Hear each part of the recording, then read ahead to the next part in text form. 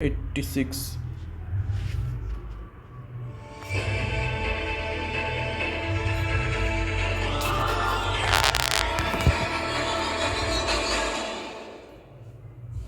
पराठे वाली दुकान छोटी होने के बावजूद भी बहुत सारे लोगों से भरी हुई थी।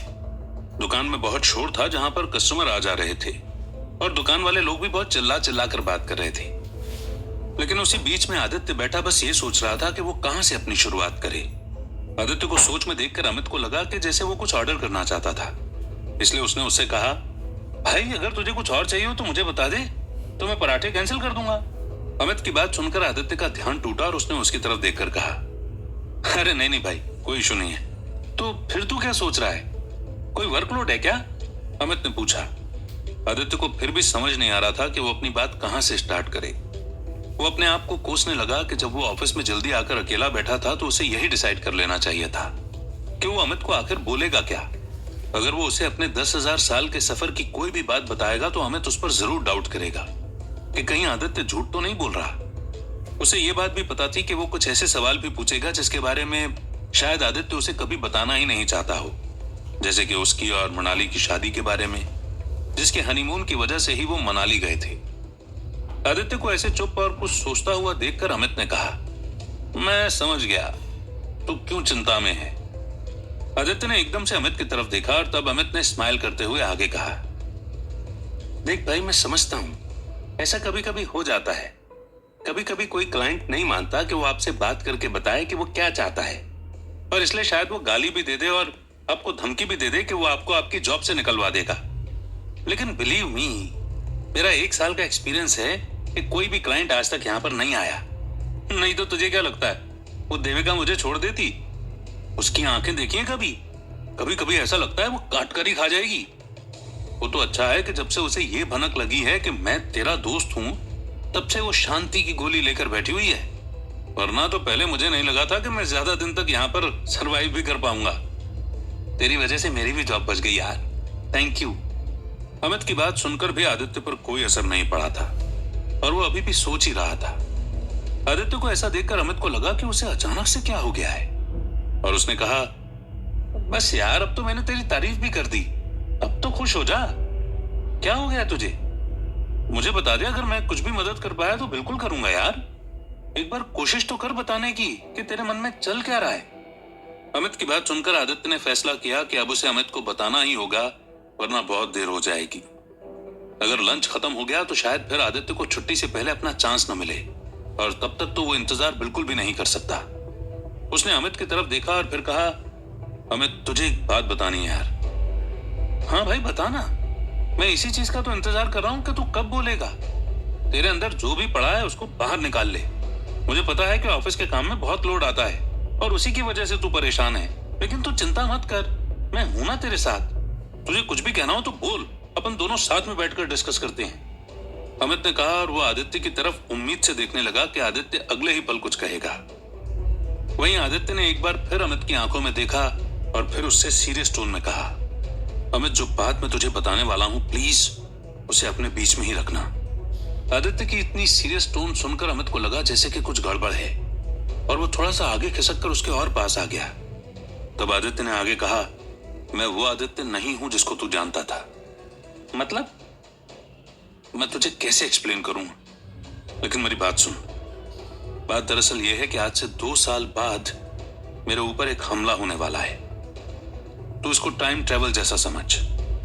आज से 2 साल बाद जब मैं मनाली में रहूंगा, तब कुछ लोग पहले मेरे परिवार पर और फिर मुझ पर हमला करेंगे। उस टाइम पर मेरी पत्नी, मतलब जब मैं शादी करने के बाद अपनी पत्नी के साथ वहां पर जाऊंगा, तब वो उसे भी मार देंगे और मुझे भी मारने की कोशिश करेंगे, लेकिन मैं उनसे बच जाऊंगा। आदित्य इतनी बात कहकर एक बार रुका और उसने अमित की तरफ देखा कि उसका क्या रिस्पॉन्स है। अमित बस चुप था और उसकी बात सुन रहा था। तब आदित्य ने सोचा कि उसे आगे कहना चाहिए और उसने कहा, और जो पिछली जिंदगी में हुआ वो शायद अब नहीं होगा। दरअसल जब मुझ पर हमला हुआ था उसके बाद मुझे एक साधु ने ढूंढा और बचाया। बचने के बाद जब मैंने उन्हें बताया कि मेरे साथ क्या हुआ है, तब उन्हें मुझ पर बहुत तरस आया और मेरे अंदर भी बदले की भावना जाग उठी। लेकिन मुझे पता था कि मेरे लिए बदला लेना इतना आसान नहीं होगा, क्योंकि वो लोग कौन थे ये भी मुझे नहीं पता। और मैं अगर उन्हें ढूंढ भी लेता तो अकेला उनसे लड़ नहीं पाता। इस बात को सुनकर उन साधु महाराज ने मुझे एक तरीका बताया कि अगर मैं 10,000 साल के सफर पर जाकर कुछ शक्तियां सीख लूंगा तो उनकी मदद से मैं अपना बदला आसानी से ले पाऊंगा। उसके बाद मैंने अपने 10,000 साल का सफर शुरू किया और अभी 2 महीने पहले ही इस दुनिया में मैं वापस आया हूं ताकि उन लोगों को ढूंढ सकूं और उनसे अपना बदला ले सकूं। आदित्य एक बार फिर रुका क्योंकि इस बार दुकान का वेटर उनके लिए आलू के पराठे ले आया था और उसने लाकर उन दोनों के बीच उनकी प्लेट्स को रख दिया। अमित ने एक कौर तोड़ा और खाने लगा। आदित्य उसकी तरफ देख रहा था और इंतजार कर रहा था कि वो कुछ कहेगा, लेकिन अमित के मन में कुछ और ही चल रहा था। थोड़ी देर बाद अमित ने पराठा खाने के बाद फाइनली आदित्य से पूछा, तो जहां तक मुझे समझ आया तू 10,000 साल का सफर पूरा करके यहां पर आया है ताकि तू उन लोगों से बदला ले सके जिन्होंने तुझे और तेरे परिवार को पिछली जिंदगी में मारा था, राइट? हाँ बिल्कुल सही, यही कहना चाह रहा हूं मैं। और वो लोग तुझे तब मारेंगे जब तू मनाली में अपनी पत्नी के साथ होगा, ये भी ठीक है ना? हाँ बिल्कुल ठीक कह रहा है। लेकिन मुझे एक बात समझ नहीं आ रही, क्या अगर वो इवेंट 2 साल बाद होने वाला है तो तू उस लड़की से शादी मत कर जिसके साथ तू मनाली जाएगा, और अगर तू शादी कर भी ले तो फिर मनाली मत जा ताकि तेरे ऊपर हमला ना हो। तू समझ रहा है ना मैं क्या कह रहा हूं? अगर तू एक भी इवेंट चेंज करेगा तो टाइमलाइन अपने आप ही बदल जाएगी और तुझे बदले के बारे में सोचना ही नहीं पड़ेगा, अमित ने कहा। लेकिन आदित्य को पता था कि ये इतना आसान नहीं है जितना वो कह रहा है। पिछली जिंदगी में जो भी हुआ और जो अब हो रहा है वो बिल्कुल अलग है। पिछली जिंदगी में न तो वो बख्शी परिवार से मिला था और न ही अनुराग और निखिल से उसका झगड़ा था, न ही मृणाली और उसका डाइवोर्स हुआ था और न ही उन दोनों को प्यार हुआ था। इस सब का यही मतलब था कि बहुत सारे इवेंट्स बदल गए हैं और टाइमलाइन में वैसे ही चेंज आ चुका है जिसकी वजह से हमला कभी भी हो सकता है और आदित्य को अटेंटिव रहना पड़ता है। लेकिन वो ये बात अमित को कैसे बताए वो यही सोच रहा था। वहीं उसे ये विश्वास नहीं हो रहा था कि अमित इतनी आसानी से उसकी बात मान कैसे गया, और वो भी बिना सवाल पूछे, या फिर अमित बस उसके मजे ले रहा है जैसे मृणाली ने किया था। आदित्य ने यही सोचते हुए अमित से पूछा, एक बात बता अमित, तू मेरी बातों पर विश्वास इतनी आसानी से क्यों कर रहा है? क्या तुझे डाउट नहीं है कि मैं सच बोल रहा हूं या झूठ?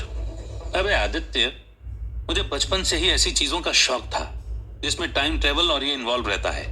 तू मानेगा नहीं, लेकिन मेरे पास एक क्वेश्चन है जिसकी मदद से मैं ये पता कर सकता हूं कि तू मुझसे सच बोल रहा है या झूठ। अच्छा, और वो क्या क्वेश्चन है? अमित ने 1-2 बार आसपास देखा और फिर आदित्य के थोड़ा सा और करीब आकर पूछा, तेरी पिछली जिंदगी में भी हम दोस्त थे ना? हाँ। तो तू अब मुझे ये बता कि मेरे कौन से घुटने पर बचपन में किस वजह से इंजरी हुई थी, क्योंकि ये बात मैं अपने हर उस दोस्त को बताता हूं जो थोड़े दिन मेरे साथ रह चुका है। और अगर हम पिछली जिंदगी में दोस्त थे तो तुझे इस बारे में बेशक पता होगा, क्योंकि अभी जब से तूने कंपनी ज्वाइन की है तब से तो मैंने तुझे ऐसा कुछ बताया ही नहीं है। अमित ने बहुत एक्साइटमेंट से कहा और वो आदित्य की तरफ देख रहा था। आदित्य बस उस बात को याद करने की कोशिश कर रहा था कि जब पिछली जिंदगी वाले अमित ने उसे इस बारे में बताया था तो वो क्या था। और तब आदित्य को याद आया और उसने थोड़ा हंसते हुए कहा, सबसे पहले तो तू झूठ बोल रहा है। तू जिस इंजरी की बात कर रहा है वो तुझे बचपन में नहीं बल्कि कॉलेज के बाद हुई थी, और वो कोई इंजरी थी भी नहीं बल्कि बस एक इंसिडेंट था जो तेरे साथ हुआ था। तो एक दिन जब अपने घर जा रहा था तो एक कुत्ते ने तेरे घुटने पर खड़े होकर टॉयलेट कर दी थी, और जब तूने उसे अपने पांव से मारने की कोशिश की तो उसने तेरे घुटने पर ही काट लिया था। तो अगर किसी को भी ये बताता कि कुत्ते ने ऐसा किया तो शायद सब तेरे ऊपर हंसते। इसलिए जब भी भागने की बात आती है तो तू बहुत नाटक करता है और सबसे ये कहता है कि तेरा एक्सीडेंट किसी बाइक से गिरकर हुआ था, है ना? यही सच बात है ना? आदित्य की बात सुनकर अमित का मुंह खुला का खुला रह गया, क्योंकि यही बिल्कुल सच बात थी। फिर उसने कहा, यार तूने बिल्कुल सही बोला, पर यह बात तो साला मैंने अपने घर वालों के अलावा किसी को बताई नहीं है, और उनको भी पता है कि ये किसी को नहीं बताना है। फिर तुझे कैसे पता? क्योंकि पिछली जिंदगी में मैं तेरा इतना अच्छा दोस्त बन गया था कि तूने मुझे सब कुछ बता दिया था। मुझे तो उस कुत्ते का नाम भी पता है, उसका नाम टिन्नी था ना? हाँ यार, पर अब मैं उस मनहूस को बिल्कुल भी याद नहीं करना चाहता। मुझे तुझ पर पूरा विश्वास हो गया आदित्य, लेकिन मेरा बस अब एक सवाल है कि मेरे साथ पिछली जिंदगी में क्या हुआ? क्या तेरा वाला हमला मेरे ऊपर भी हुआ था और मैं मर गया था, या फिर कुछ और अभी इस जिंदगी में तुझे मुझसे क्या चाहिए? अमित का सवाल सुनकर आदित्य सोच रहा था कि वो उसे कैसे बताएगा कि पिछली जिंदगी में आदित्य की वजह से ही उसने सुसाइड कर लिया था।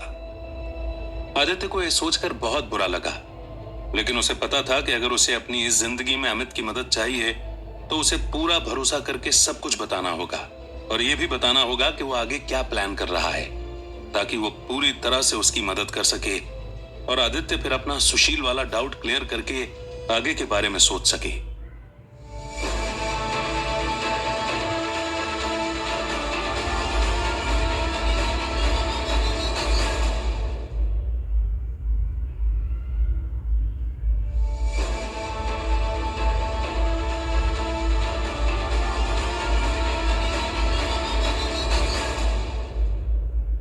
आदित्य अभी भी अमित के सामने बैठकर यही सोच रहा था कि वो किस तरीके से उसे पिछली जिंदगी वाले उस अमित के बारे में बताए कि जब वो आदित्य के परिवार को नहीं बचा पाया था, तब उसने अपने आप को गोली मारकर सुसाइड कर ली थी। आदित्य सोच रहा था कि उसे अमित को यह बताना चाहिए या नहीं, लेकिन उसे यह भी पता था कि अगर वो अमित को अभी नहीं बताएगा और उसे कभी भी इस बारे में पता चला तब उसे आदित्य पर भरोसा नहीं होगा। आदित्य के मन में यही चल रहा था, और वहीं दूसरी ओर सामने बैठा अमित उससे जवाब की उम्मीद कर रहा था।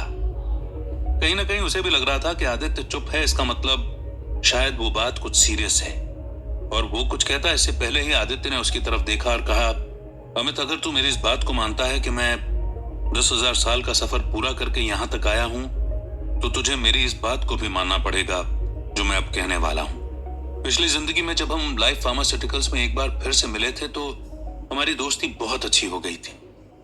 तूने बहुत बार मेरी मदद की थी, और मैं आज भी इस बात को मानता हूं कि तुझसे अच्छा दोस्त मुझे इस दुनिया में कभी मिल ही नहीं सकता। हम दोनों बिल्कुल भाई बन गए थे, और हमने वादा किया था कि चाहे कुछ भी हो एक दूसरे को सब सच बताएंगे।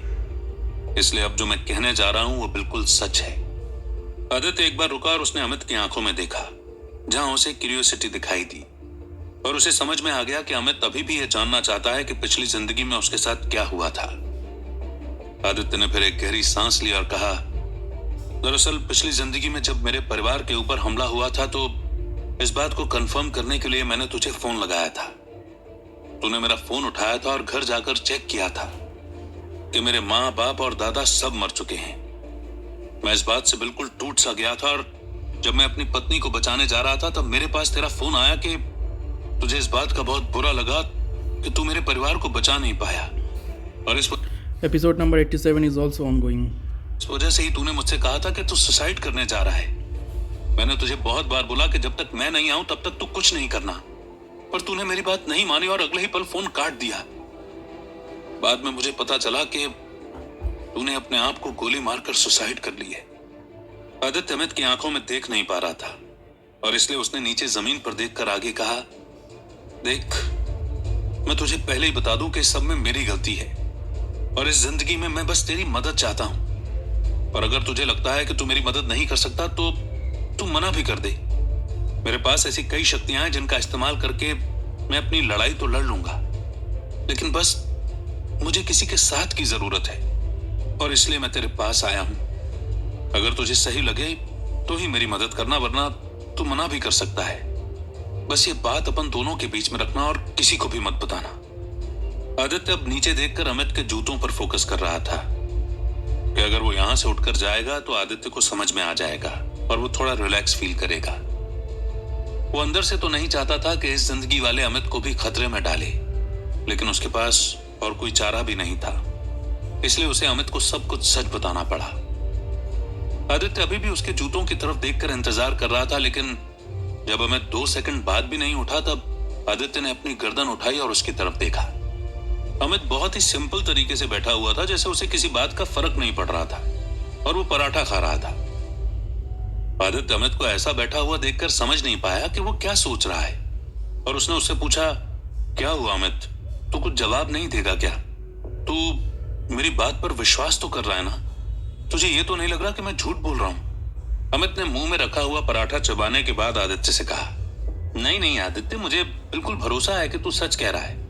वो तो बस ये है कि मैं कभी भी इस बात को नहीं सोचता था कि किसी दिन मैं सुसाइड कर लूंगा, पर देख, अगर तू मुझे बता रहा है तो मुझे इस बात को मानना पड़ेगा। क्योंकि तुझे मेरा सबसे डार्केस्ट सीक्रेट पता है। अमित इतना कहकर हंसने लगा और आदित्य के चेहरे पर भी नर्वस सी स्माइल आ गई। फिर आदित्य ने आगे कहा, अमित अभी मैंने जो कुछ भी बताया है, मैं मानता हूं कि अगर वो तुझे कोई और बताए तो तू शायद उसको मजाक समझ ले, लेकिन ये मजाक नहीं है। मुझे बहुत बुरा लगता है जब भी मैं उस अमित के बारे में सोचता हूं जिससे मैं कभी मिल नहीं पाया, और मेरी वजह से ही उसने इतना बड़ा कदम उठा लिया। वो शायद मेरी ही गलती थी कि मैंने सबसे पहले उसे फोन लगाया। अगर मैं कभी उसे फोन नहीं लगाता तो वो कभी नहीं मरता। मुझे माफ कर देना मेरे भाई, लेकिन मैं ऐसा कभी नहीं चाहता था कि उस अमित की मौत का जिम्मेदार मैं बनूं। आदित्य की बात सुनकर अमित फिर से हंसने लगा, और ये वाली हंसी पिछली वाली से भी ज्यादा लाउड थी। आसपास के कुछ लोग उनकी तरफ बड़े अजीब तरीके से देखने लग गए। जब आदित्य ने उनसे नजरें मिलाई तो उसे थोड़ा एम्बेरसमेंट फील हुआ और वो इधर उधर देखने लगा। तब अमित ने अपनी हंसी को कंट्रोल करते हुए उससे कहा, भाई तू पागल हो गया है क्या? मैं यहाँ पर तेरे सामने एक जिंदा आदमी बैठा हुआ हूँ, तुझे वो नहीं दिख रहा? लेकिन तू बस उस वजह से रो रहा है जो पिछली जिंदगी में मर गया था। तू और मैं उसका कुछ भी नहीं कर सकते, तो तुझे इस बात को समझना होगा। भले ही वो अमित मेरे जैसा दिखता हो, बात करता हो, उसकी जिंदगी भी मेरे जैसी ही हो और वो तेरा अच्छा दोस्त भी क्यों न था, लेकिन उसके पास एक चीज नहीं है जो मेरे पास है, और वो है तेरा साथ, तेरा सच और तेरा भरोसा जो तू मुझ पर कर रहा है।